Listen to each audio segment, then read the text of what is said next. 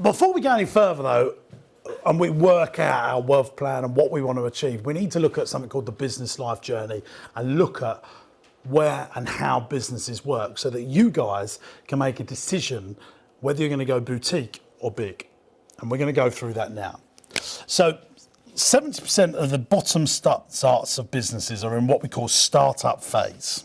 The next phase is called struggle. The next phase is called lifestyle. Now, if you go to page 3, I've drawn this out for you. This is going to be a really good thing for you. So you'll be able to see here that's in the diagram. So this is the steps of a business. So 70% of businesses in the UK don't pay VAT. So that means they're turning under £85,000, right? 30% do pay VAT, and we go through this process. We've got startups here. Then we're going through businesses, they're going into the struggle. Now, a startup doesn't really care that they're not making any money. They've just sold something and they're having an orgasm because they've sold something. Yes, we've sold something. Brilliant. This is great. Let's have a party. But the next phase is struggle. They take their business past 50,000 of revenue. They're struggling between 50 and 3,000. Now they've got a couple of employees. But they're not really earning anything and the cash is burning in the business through growth. The next phase between 300,000 of annual revenue and 2 million is the lifestyle business. This business is a lifestyle business, and you'll hear this red line. It is a business that can build a wealth plan. So you can pull cash out of it to invest into what I would invest into is property. And these guys are pulling out of their business anywhere between 50 and 300k of profit from a lifestyle business. What happens in this scenario is if you're entrepreneurial, you want to take it further, don't you? Of course you do. So I like to tell this story. You've got one restaurant and you build this restaurant, it turns £1.5 million and it makes 200,000. You start working 3 days a week, you've got time freedom and you've got some good cash flow coming into your personal bank account. So back to that's why I talk about PBA. So the business is making money, you're making money, and we've got some great time freedom. So what happens? Let's open, guess what? Restaurant number 2. So we open a second restaurant. The problem is the bank sort of saying, okay, you're going to manage 2 restaurants. Can we lend you the money to do this? We'll lend you a little bit of what you need, but not quite all you need. So you open the second restaurant, you trade in the second restaurant, you're working really, really hard trying to grow the business. You're now working 7 days a week. You're still earning some decent money, but you reduce your personal bank account because you're funding restaurant number 2.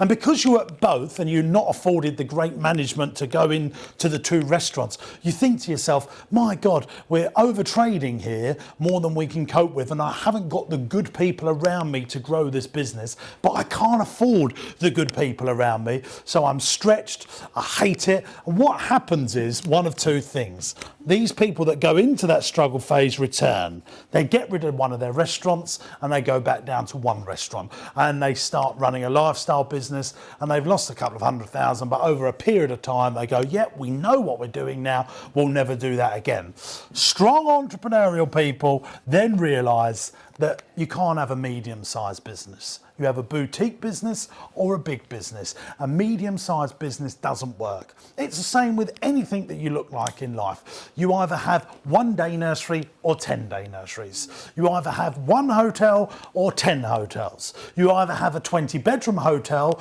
or a 70-plus bedroom hotel. And the stuff in the middle is always difficult because you need the middle management, but you quite haven't got the scale to do it. So the difficulty is funding that. So over here, I've just put this in. When you start up a business, usually using your own funds. If you get bank funds, you've got to give security. So effectively, you're using your own assets to do that. The next thing through the struggle phase is own funds again. You may be not even paying yourself a salary. You're working for free for the business as it's building up. So you're using your own capital again. When you get into the lifestyle phase, guess who comes to help you?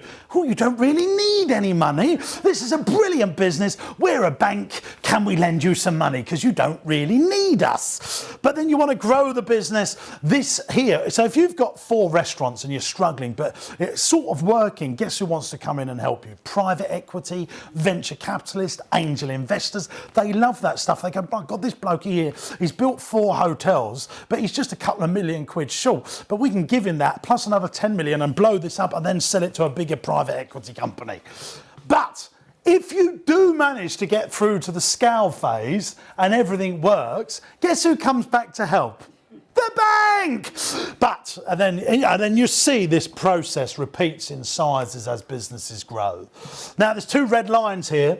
Red line here, you can build some serious wealth here if you've got a scale business. If you build a boutique lifestyle business, red line here, then you can build a wealth plan as well. If you operate here and here, very difficult to do because the business will suck up all the cash. This is crucial for you to understand before we go any further. So, you either have a lifestyle business that's boutique or you have a big scale business. Now, everyone has to go through this phase to learn how to get to there.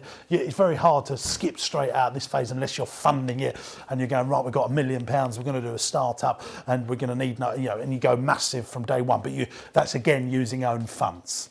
Hey guys, thanks for watching the video. Really hope you learned loads. Now, here's a few things that you need to do. You need to hit subscribe so you're notified when we bring out a new video, and you can watch the rest of our videos by clicking here, and it gets better than that. If you want to come and spend the day with me and learn some real entrepreneurial stuff, come to my free Super Success Seminar. All the details of how you can come along to that are in the link in the description on the video. See you very soon. Bye-bye.